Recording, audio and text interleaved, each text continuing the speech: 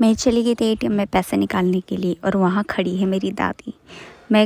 मेरी दादी देख रही है मुझे वहाँ दूर से और मैं जा रही हूँ पैसे निकालने के लिए क्योंकि मुझे जाना था कहीं शादी में।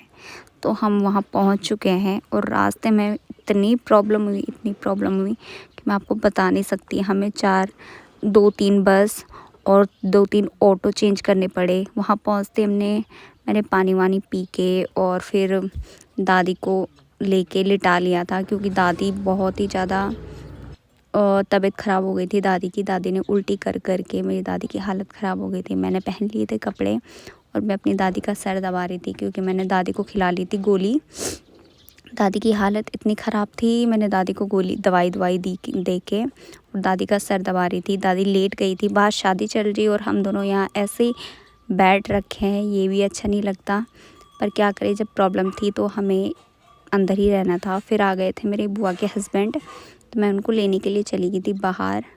तो उनको लेके फिर मैं आ गई अंदर। फिर मैंने उठा ली कॉफ़ी और मैं ला गई दादी के लिए। मेरी दादी की हालत देख ही सकते हो आप लोग कितनी ख़राब हो रही है।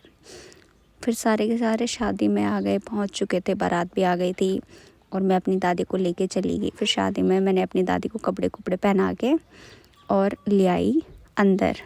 तो भाई यहाँ पे थी चाचा की शादी, जहाँ पे आना बहुत ज़रूरी था, पर मैं इस काम के लिए नहीं आई हूँ दोस्तों। ये रीज़न आपको बाद में पता चलेगा कि मैं क्यों आई थी गाँव अर्जेंटली। ये रहा दूल्हा और दुल्हन। तो भाई इनकी शादी में आ रखे थे हम लोग रात को। तो फिर उसके बाद अगली सुबह निकल गए हम अपने घर के लिए, क्योंकि घर पे हमारा कुछ बहुत ज़रूरी काम है। और मेरी दादी ने खा लिया यहाँ पे पकोड़े। तो भाई मुझे देख के यकीन नहीं हो रहा था कि ये इंसान कल रात को कितना सीरियस हो रखा था।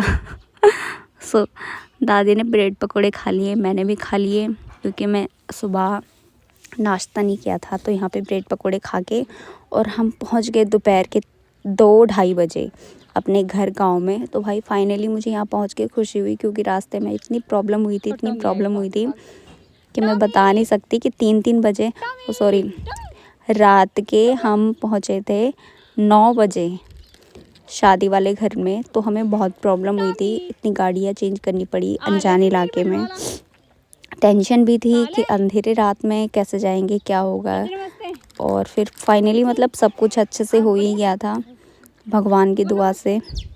तो मैं अपने घर पे पहुंच के बहुत ही ज़्यादा खुश हो गई। तो भाई मेरी मम्मी वहाँ पे खड़े होकर मेरा इंतज़ार कर रही है, देख रही है। और सबसे पहले आएगा हमारा टॉमी हमसे मिलने के लिए। ये रहा मेरा टॉमी, ओ क्यूटी सा। तो भाई